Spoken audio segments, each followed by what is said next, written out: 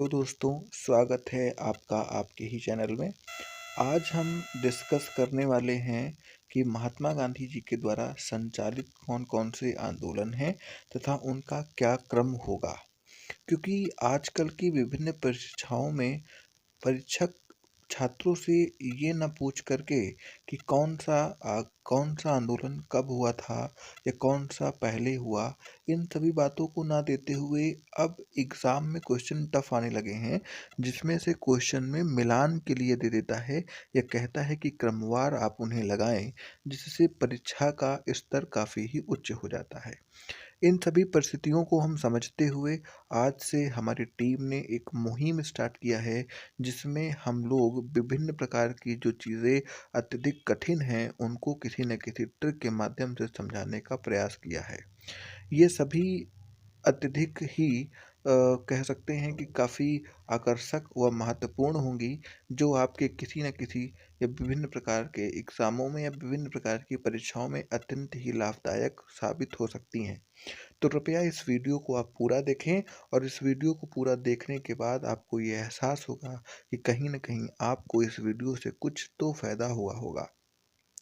अगर आपको कुछ फ़ायदा होता है तो आप इस वीडियो को अपने मित्रों, दोस्तों और जिसे आप अपना समझते हैं, आप उनको इस वीडियो को शेयर कर सकते हैं और अपनी प्रतिक्रियाओं को इस वीडियो में कमेंट बॉक्स में कमेंट करके, शेयर करके, लाइक करके आप अपने जो भी विचार हैं उन्हें व्यक्त कर सकते हैं। अगर आपको नहीं पसंद आया है तो आप डिसलाइक भी बिल्कुल कर सकते हैं। तो स्टार्ट करते हैं समय को ना गवाते हुए। तो स्टार्ट करते हैं कि महात्मा गांधी जी द्वारा संचालित कौन-कौन से आंदोलन थे। तो एक ट्रिक उसकी ये बनती है कि महात्मा गांधी जी चंपारण से खेड़ा गए। कहाँ से कहाँ गए? महात्मा गांधी जी चंपारण से खेड़ा गए और उसके बाद अहमदाबाद मिल मजदूरों से उन्होंने खिलाफत करवाई और खिलाफत करके असहयोग करवाया और नमक कानून या नमक बना करके अंग्रेज़ों से देश को छुड़वा दिया। तो एक बार ट्रिक को फिर से दोहराते हैं। ट्रिक ये है कि गांधी जी चंपारण से खेड़ा गए तथा अहमदाबाद मिल मजदूरों से खिलाफत करा के असहयोग कराया और नमक बनाकर अंग्रेज़ों से देश को छुड़वा दिया। इस ट्रिक में हम कुछ शब्दों को थोड़ा-सा देखते हैं, जिससे हमें कुछ पता चलेगा कि कौन-कौन से आंदोलन सबसे पहले हुए। तो चंपारण से निकल के आता है कि चंपारण सत्याग्रह, जो सबसे पहले 1917 ईस्वी में हुआ।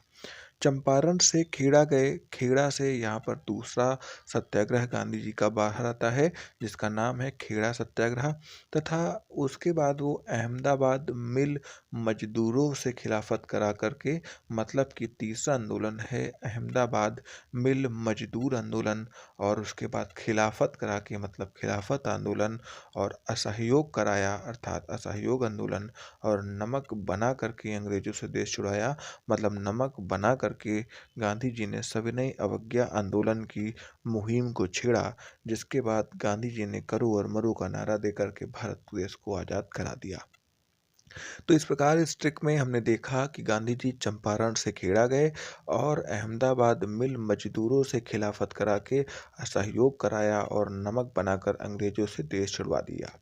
आइए इस वीडियो में हम चंपारण सत्याग्रह, खेड़ा सत्याग्रह, अहमदाबाद मिल मजदूर आंदोलन, खिलाफत आंदोलन, असहयोग आंदोलन और नमक आंदोलन अर्थात सविनय अवज्ञा आंदोलन के बारे में थोड़ा-थोड़ा सा जानते हैं, जिससे आपको याद करने में कुछ न कुछ आसानी होगी। अगर हम चंपारण आंदोलन या चंपारण सत्याग्रह की बात करें, तो गांधी जी की ये पहली घटना है या पहला आंदोलन होगा, जिसमें हम चंपारण आंदोलन का ज़िक्र करते हैं। चंपारण एक बिहार के पश्चिमोत्तर इलाके में आता है। इसकी सीमाएं नेपाल से सटती हैं। यहाँ पर उस समय अंग्रेज़ों ने व्यवस्था कर रखी थी कि हर बीघे में कम से कम 3 कट्ठे ज़मीन पर नील की खेती किसानों को करनी ही होगी। पूरे देश में बंगाल के अलावा यहीं पर नील की खेती होती थी। इससे किसानों को इस बेवजह की मेहनत के बदले में कुछ भी नहीं मिलता था। बदले में ही उनकी ज़मीन काफ़ी जो है अपनी उर्वरता को खो देती थी। उन पर 42 तरह के अजीब से कर डाले गए थे।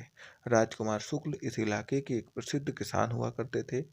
इन्होंने शोषण की इस व्यवस्था का पुरजोर विरोध किया, जिसके एवज में कई बार अंग्रेजों के कोड़े और प्रताड़ना का भी शिकार होना पड़ा। जब उनके काफ़ी प्रयास करने के बाद भी कुछ न हुआ, तो उन्होंने बाल गंगाधर तिलक को बुलाने के लिए कांग्रेस के लखनऊ कांग्रेस में जाने का फैसला किया। लेकिन वहां जाने पर उन्हें गांधी जी को जोड़ने का सुझाव मिला और वे उनके पीछे लग लिए। अतः गांधी जी माने और 10 अप्रैल को दोनों जन कलकत्ता से पटना पहुंचते हैं।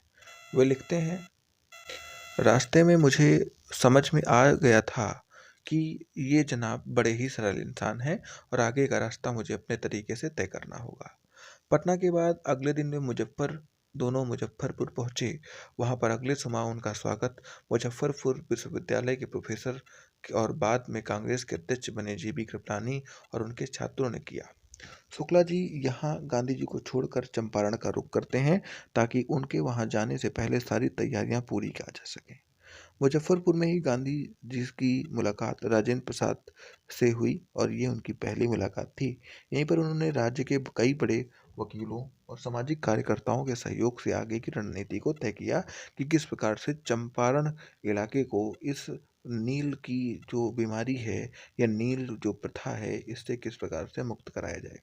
इसके बाद कश्मीर की अनुमति न मिलने पर भी इसके बाद कमिश्नर की अनुमति न मिलने पर भी महात्मा गांधी ने 15 अप्रैल को चंपारण की धरती पर अपना पहला कदम रखा और यहाँ उन्हें राजकुमार शुक्ल जैसे कई किसानों का भरपूर सहयोग मिला। पीड़ित किसानों के बयानों को कलमबद्ध किया गया और बिना कांग्रेस का प्रत्यक्ष साथ लिए हुए ये लड़ाई अहिंसक तरीके से लड़ी गई। इसकी वहाँ के अखबारों में भरपूर चर्चा हुई, जिससे आंदोलन को जनता का खूब साथ मिला। इसका परिणाम ये हुआ कि अंग्रेजी सरकारों को झुकना पड़ा और इस तरह यहाँ पिछले 135 सालों में चली आ रही नील की खेती धीरे धीरे बंद हो गई। साथ ही निलाही किसानों का शोषण भी हमेशा के लिए खत्म हो गया। ये रही हमारे नील खेती का किस प्रकार से चंपारण आंदोलन के माध्यम से, चंपारण सत्याग्रह के माध्यम से किस प्रकार से गांधी जी ने बेचारे चंपारण के मजदूरों की रक्षा की। दूसरा हमारे पास आता है कि गांधी जी चंपारण से खेड़ा गए, अर्थात अब हम बात करेंगे खेड़ा सत्याग्रह की। कि खेड़ा सत्याग्रह गुजरात के खेड़े जिले में किसानों का ही एक आंदोलन था, जिसमें अंग्रेज सरकार की कर वसूली के विरुद्ध एक सत्याग्रह हुआ और इसे प्रथम असहयोग आंदोलन भी कहा जाता है। अभी हमारे पास आता है अहमदाबाद के मिल मजदूरों की घटना। उसमें क्या हुआ इसको देखेंगे। तो सन 1918 में अहमदाबाद की एक सूती कपड़ा मिल के मजदूरों ने 21 दिन की हड़ताल की। यही अहमदाबाद मिल हड़ताल के नाम से प्रसिद्ध है। 1917 में चंपारण सत्याग्रह की सफलता के बाद गांधी जी का दूसरा सफल सत्याग्रह 1918 में अहमदाबाद मिल मजदूरों की हड़ताल का नेतृत्व था। सन 1917 में अहमदाबाद में प्लेग की बीमारी फैलने के कारण मिल कर्मचारियों को ब्लैक बोनस दिया जाता था। सन 1918 में मिल मालिकों ने बोनस समाप्त करने की घोषणा कर दी, जिसका मिल मजदूरों ने विरोध किया। गांधी जी ने इस मामले में हस्तक्षेप करते हुए मिल मजदूरों को शांतिपूर्वक अहिंसात्मक हड़ताल पर चले जाने एवं 35% बोनस की मांग करने को कहा, किंतु मजदूर 50% भत्ते की मांग कर रहे थे। गांधी जी ने मजदूरों के समर्थन में भूख हड़ताल करने का फैसला कर लिया और हड़ताल को रखते हुए मिल मालिक 20% भत्ता देने को राजी हो गए। गांधी जी के समर्थन में मजदूरों में उत्साह बढ़ गया और आंदोलन अधिक सक्रिय हो गया।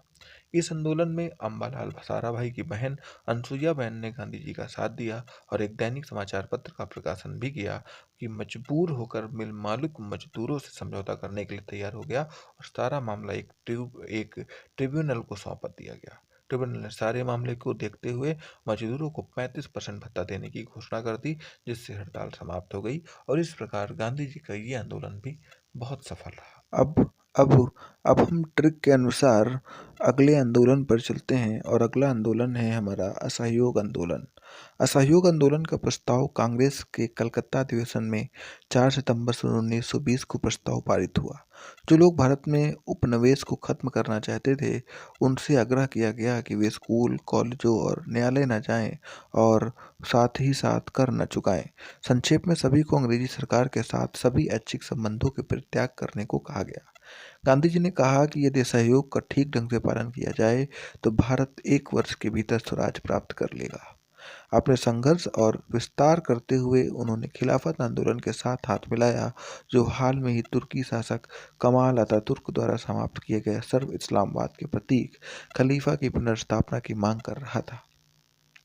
आगे की तरफ इसी आंदोलन के साथ हम अगले आंदोलन की तरफ बढ़ते हैं, जो अगला आंदोलन होगा हमारा नमक आंदोलन। गांधी जी ने नमक आंदोलन की शुरुआत तब की जब उन्होंने गांधी जी ने अपने 11 सूत्री मांगों को न माने जाने पर इरविन को पत्र लिखा था कि मैंने रोटी मांगी थी, तुमने मुझे पत्थर दिया, और इंतजार की घड़ियां समाप्त हुईं। और उसके बाद गांधी जी ने लाहौर अधिवेशन किया और अपने कार्यकर्ताओं को सत्याग्रह का प्रशिक्षण दिया। 12 मार्च 1930 को गांधी जी ने 79 मतलब 79 कार्यकर्ताओं के साथ साबरमती आश्रम से समुद्र तट पर स्थित दांडी की ओर कूच किया, और इसी यात्रा को दांडी यात्रा के नाम से भी जाना जाता है। 200 मील की यात्रा पैदल करके 24 दिन पूरी की और सरदार पटेल ने आगे आगे चलकर लोगों को गांधी जी के स्वागत के लिए तैयार किया। मार्ग में गांधी जी ने लोगों को बलिदान और अहिंसा का उपदेश दिया। लोगों के देशभक्ति की असीम उत्साह दिखाई दे रही थी। 6 अप्रैल सन 1930 को प्रातःकाल के बाद महात्मा गांधी ने समुद्र तट पर नमक बनाकर नमक कानून को भंग किया, और यहीं से सविनय अवज्ञा आंदोलन की शुरुआत हुई। इस प्रकार हम लोगों ने अपनी ट्रिप में जितने भी आंदोलन आए थे, सब आंदोलनों के बारे में जाना, और उम्मीद करते हैं कि आपको ये ट्रिक बहुत ही रोमांचक लगी होगी। और आप धन्यवाद।